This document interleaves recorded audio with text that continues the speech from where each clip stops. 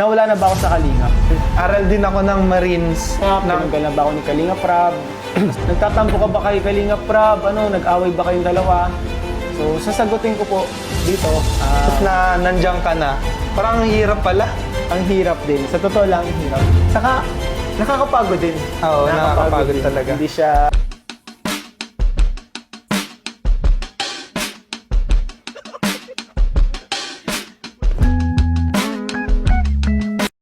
So yun guys, welcome back sa aking YouTube channel, Kalingap Fran. At nandito tayo ngayon sa bahay ni Kalingap Ian. Hello po kay Papa Fran. Kasi salamat sa pagbisita dito sa bahay, bro. Grabe kuya, Nakabisita ka. napakaganda, Napaka-cute lang. saktong-sakto talaga kasi syempre sa family niyo ni Ate Emmy, Oo. ni Ma'am Emmy. So yun, kaya nagbisita ako dito guys is meron kaming special agenda mamaya Yes. pa. Opo. Mamaya pa. Panoorin nyo guys sa channel ni Kalingap Ian kung ano panood yun. nyo mamaya. And wala, excited na ako. Excited na din ako ma-upload yun. And sana mapanood nyo lahat guys. Yan. Sa mga Franjoy dyan. Sa ngayon po, sa channel ko, lang tayo ngayon, konting kwentuhan. Kwentuhan lang tayo ngayon. Kasi, yun nga, si Kalingap Ian, isa sa mga nakikita ko kasing meron akong similarity. Oh. Lalo-lalo na pagdating sa mga gusto sa buhay, Oo. sa mga hobbies. And parang dati din kasi kuya, sa mga hindi po nakakaalam, isa rin talaga sa mga pangarap ko maging marino. Ay, okay. Kasi yun nga, nag-aral din ako ng Marines, ng course ng Marines ng 1 linggo lang. Isang linggo? Isang linggo. Bakit di mo Saan yan? tuloy? Sa Lourdes yun. Doon din ako nagturo. Nagturo. Ng Maritime. Anong taon yun mga? 2020. 2020. Bago ako mag-Kalingap, nagturo muna ako sa Lourdes sa Maritime Department. Ayun, naging instructor tayo. Ano naman ako nun kuya last year lang. Last year, 2025. First year. 2025? 2024 to 2025. Year Okay. 2024 to 2025 yan. Okay. Kaya, ang dahilan talaga kung bakit di yun natuloy kasi, di ko gusto yung, talaga din doon, sistema. At isa pa doon is yung, yung tuition. Medyo namamahalan ako. Parang di kaya talaga. Mahal ang tuition niya dun sa compared dun sa education na ibinibigay. Kasi yung mga facilities kasi na yun. Kailangan talaga sa Hindi mga kompleto. ganong course din is, Oo. mas din talaga dapat. Kasi, syempre, sa laki ng, binabayaran. Mga simulator dun dapat talaga Naalala ko nun kuya, 35 to 40%. Oo, yun. Ang gibat. Parang 35 sobrang to 40. gibat talaga. Kaya, isa rin yun sa mga naging dahilan ko bakit, hindi na ako tumuloy sa ganong course. Pero isa yun sa pangarap ko din talaga na maging dati. Kumbaga, syempre, merong iba't ibang landas naman. Naiiba talaga. Tulad ngayon, nag-iba na ako ng course. Tapos nandito ako ngayon sa ganito, sa pagbablog. Di ko naman din ina-expect dati kasi naalala ko nung bata pa ako, parang nangarap din talaga ako mag-vlog. Bata pa lang ako, nangarap din talaga ako mag-vlog. During mga pandemic, siguro mga 15 years old pa lang ako. Hindi mo pa nakikilala yung Kalingap, parang naisip mo na din na baka pwede pag-vlog din ako. Ganyan. Dati talaga, noon pa. Kasi dati kapag isipin mo na mag-vlog ka, parang imposible. Oo, Parang imposible. wala naman akong mangyayari sa buhay ko dyan. Pag mag-vlog ako, imposible. Hindi naman sino man manunod sa akin. Ganun yung akong isip. Tsaka, ang hirap din, parang pag tinitingnan mo yung mga vloggers, parang madali lang. Oo. Pero nung once na nandiyan ka na, parang ang hirap pala. Ang hirap din. Sa totoo lang, hirap. Saka, nakakapagod din. Oo, nakakapagod talaga. Hindi siya, Merong mga moment na minsan tahimik ka lang eh. Oo. Kasi iniisip mo, ano kayang sunod kong video? Ano kayang Gagawin sunod mo? kong gagawin? Parang Ano ganun. gagawin Ngayon mo? nagigets ko na kasi dati, nung bago-bago pa lang, Oo. bago-bago pa lang sa Kalingap, napapansin ko sa inyong lahat na minsan tahimik lang kayo. Tapos, pag kinausap ko kayo, matagal kayo sumagot. Tapos, ano nga yun? Parang bigla kayo mga ganun. Napapansin ko din kasi yun kay Kalingap Prab. Oo, ganun din siya. Ganun Talagang Kasi iniisip namin, anong gagawin namin? Anong Siyempre, kasunod? iniisip ko kung paano mapapasaya yung mga viewers. Kaya ito siyempre mga kalingap ginagawa namin. Siyempre, para din ma-entertain kayo, mapasaya kayo. Bukod sa makatulong, di ba? Bukod Bukod sa sa makatulong, makatulong, isa is sa mga- yung ano din talaga, yung entertainment. Kasi maraming OFW, mga workers, kahit yung mga manggagawa dito sa Pilipinas, minsan pagod na, wala nang oras para mag-relax, ang ginagawa na lang nila manood, pampasaya. Kaya sana, ito mga ginagawa namin, kahit pa paano, matanggal yung pagod nyo, stress, makalimutan yung mga problema. Kaya ayun, salamat sa mga nakaka-appreciate. Yun yung purpose, kaya wag na kayo mang-bash. Oo, Yun yung oo. purpose namin guys, Yes, kaya wag po. na kayo mang-bash. Pero meron akong tanong kuya, Ano yan? ikaw ba ay nasa kalingap pa? Actually, madami nagtatanong kung nasa Kalingap pa ako. Kasi marami ako ngayon. Minsan nagla-live ako. Nagla-live si Kuya Nel. Iba nating kasamaan ng mga K-Boys. Kapag nagla-live sila, tinatanong nila kung nawala na ba ako sa Kalingap. Kung wala na ako sa Kalingap, tinanggal na ba ako ni Kalingap Rab. Tapos may mga tanong doon kung nagtatampo ka ba kay Kalingap Rab? Nag-away ba kayong dalawa? So, sasagutin ko po dito, wala pong katotohanan sa mga teorya, ano man tawag doon? Mga theory, mga batikos. theory, mga naiisip po. Walang Guys. katotohanan. So, sa mga na yun, mga sabi-sabi na yun, wala pong katotohanan yun, nasa kalinga pa rin po tayo. Actually, ngayon nga, mas sumasama tayo sa kay Kalinga Prab sa team niya, pero hindi lang po tayo nakikita sa video, or nakikita tayo sa video, di lang napapansin ng karamihan. Ang natigil lang po ngayon, nagpapahinga lang yung Kalingap Tahanan, yung minamanage po nating channel, second channel ni Kalinga Prab. Pero sumasama po tayo ngayon sa main channel ni Kalinga Prab, pinagdadrive po natin siya. And tas sa Kalinga tayo guys, habang buhay na tayo Pala, dito. si Kuya Pure kasi ay Oo. nagpapagaling. Kuya Get Pure ay- well soon kay Kuya Pure. Grabe, pag-pray pa natin si Kuya. Pag-pray po natin si Kuya Pure na mabilis siyang gumaling sa pinagdadaanan niya ngayon. Pero balik tayo kuya sa sa career mo. Career Ikaw ko. ba hindi mo ine-expect na magiging vlogger ka? Kasi 'di ba nung nag-aaral ka, nasa malayo ka, Oo. based sa syempre nagkakwentuhan na kami ni Kuya Ian nung Oo. pagpasorsogon. Hindi mo ba ina-expect kasi syempre best friend kayo ni Kalinga Pro. Oo. Hindi mo ba ina-expect na magiging paano ba yung biglang switch Transition? biglang transition ng Transition. Si Ano Kalinga mo? Prab, ito sagutin ko pag baka tanungin mo si Kalinga Prab, hindi niya rin ina-expect na maging vlogger siya eh. Lalong-lalo na ako. Kasi sa totoo lang, mga mahihain kami. Hindi ka naman kami yung talagang sanay sa maraming tao, yung maraming parang lagi nagpo-post sa social media, ganyan. Talagang pero, di ba, siyempre ako seaman ako. Parang ang layo baga sa industry. Ang layo doon sa career ko. And, siguro naisip namin ito nung, nagbakasyon ako. Bakasyon ako sa, bagong baba ako. Tapos sabi ko parang, hindi ako nag-grow sa pagbabarko. Parang may kulang.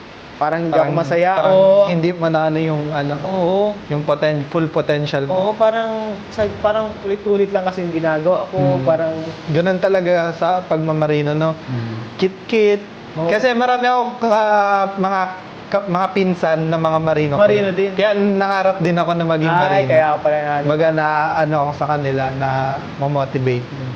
So, yun nga. Yun wala ako parang sabi ko parang hindi ako masaya. Parang naman, siyempre okay naman yung salary, tapos okay naman yung trabaho ko. Di naman, kaya ko yung trabaho, pero may hinahanap talaga ako na gagawin ko.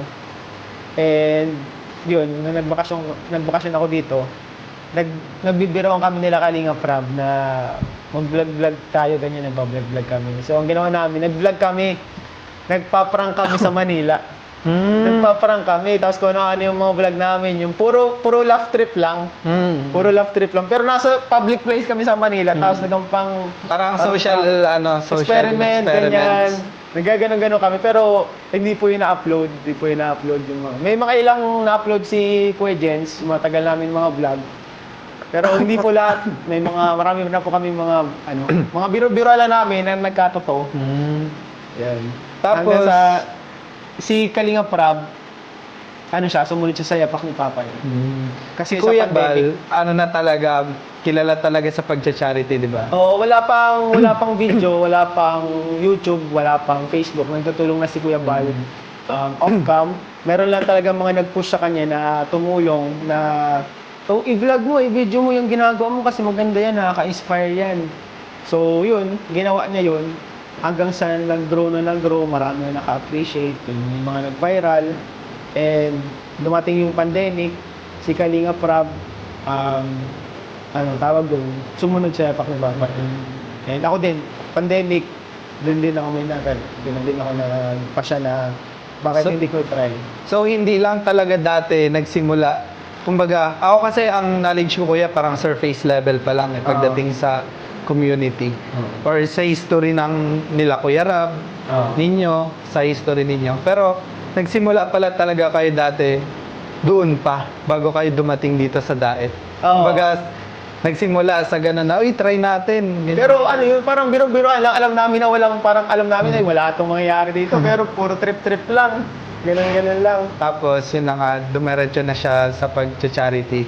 Oo, dumiretso na siya. Charity. Actually, nabigla ako nun, yung pinili ni Buddy yun na sabi nito akala ko mga ibang bansa kasi si Buddy kasi ang pangarap niya kasi maging animator sa Animator, Pixar. O sa Singapore or sa Japan, ganyan, sa ibang bansa. Eh, nabigla ako vlogger na talaga si Buddy, talagang finish ni Buddy. Tapos ako naman nun, pasakay na ako ng barko. Nagtigil na ako pagturo sa sa Lourdes kasi basta tumigil ako pagturo and pasakay na ako ng barko. Siguro lang, kinabukasan, mabiyahe na ako pa Manila. Tapos tumawag si Kalinga Prab. Sabi ni Kalinga Prab, "Buds, pwedeng makahiram ako ng sasakyan mo?" Ang sasakyan ko pa nun yung Innova. Yung green baga doon sa Kalinga Prab. So sabi ko, sige, pahiramin kita. So, ipag-drive na din kita. Sama ko sa inyo. Bago ako magbiyahe, pinag-drive ko si Kalinga Prab. Tapos isang araw lang yun. Nag-alis kami noon siguro 8 a.m. Maghapon kami nagda-drive kung saan kami pumunta kay Lola Damiana, kay Jimel. Tapos kung saan kami pumunta, kala Nanay Ninita, ikot-ikot kami kung saan dami namin tinulungan sa isang araw. Tapos nung pag-uwi noon, sabi ko, wag ka na magbayad kasi gusto niyang rentahan, gusto niyang bayaran yung sakyan. Sige, wag ka na magbayad, libre na yun.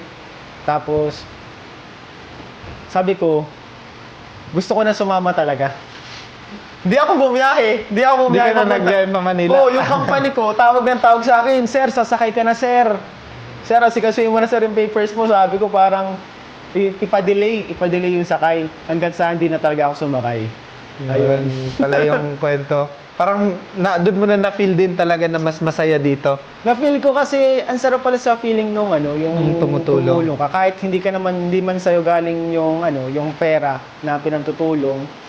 Pero naging Naging instrumente, parte. naging parte Parte ka nung Kasi pagtulong. dati nung Kalinga Prab lang talaga galing, syempre. Wala ka naman may ambag, may ambag mo. Sumama lang. Sumama ka lang. Biglaan lang din. Pinag-drive ko lang sila. Yun yung parang pinakambag ko na papag-drive ko sila, magbubuhat ako ng bigas, ng mga package. Yun yung pinakambag ko lang nun. And dati kasi, sa K-Boys Pre, konti lang kami. And lahat ng ginagawa namin na pagtulong sa mga pag-charity, na-appreciate nila. And yun yung namimiss ko kasi yung mga tao ngayon, lagi nilang iniisip na naghahanap lang pagkakakitaan. Samantalang dati guys, nagsimula po kami talagang pure pagtulong. And hindi po lahat ganun yung intention.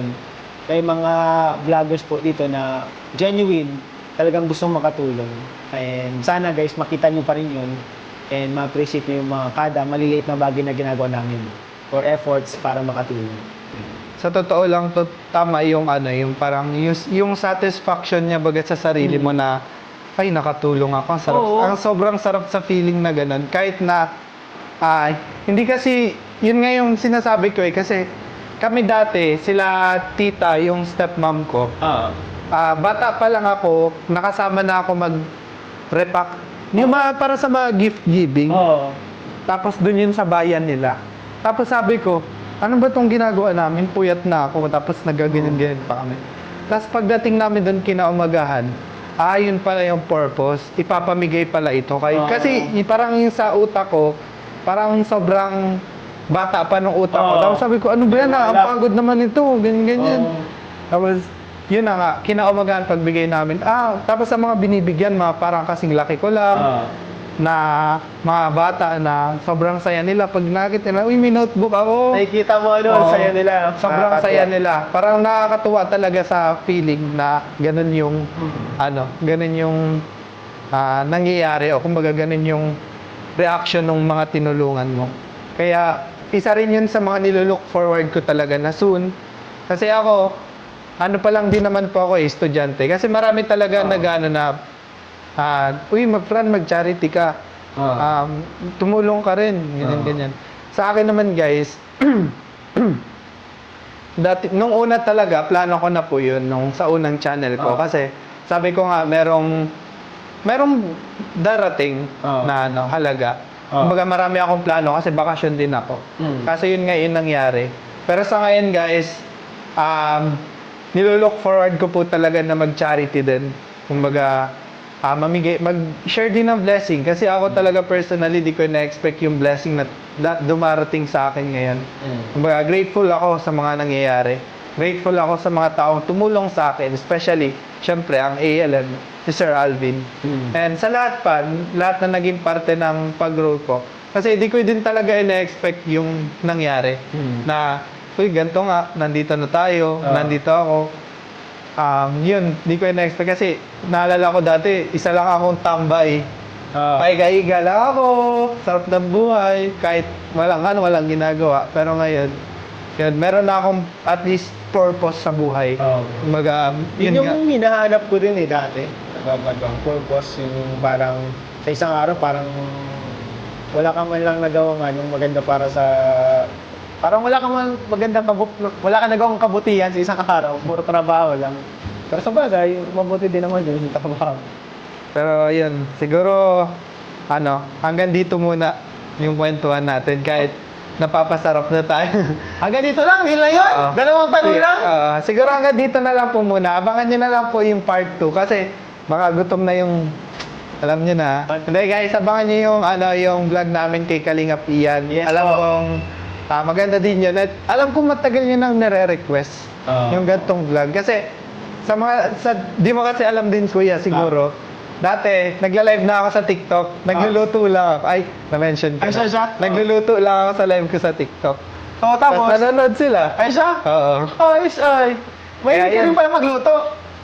Mahilig ka Oo. magluto. Ano mga special? Ang specialty ko, sinigang. Sinigang. Oo. Magsinigang tayo minsan. So, yun guys, thank you so much for watching sa aking YouTube channel. Please, do support din si Kalingap Ian. Yes, salamat po. Si Kalingap Ian, syempre, si Joy sa kanyang YouTube channel Yes, na po. viral agad. Yeah. Syempre, di mawawala si Kalingap Rab, si Kuya Valen, si Ate Edna. Thank you so much ulit guys. Yes, Thank you for watching. Leave a like and subscribe kayo sa akin. Thank you guys. Bye-bye. Yeah, samahan guys sa vlog ko. We are going to cook for our special someone. Boy!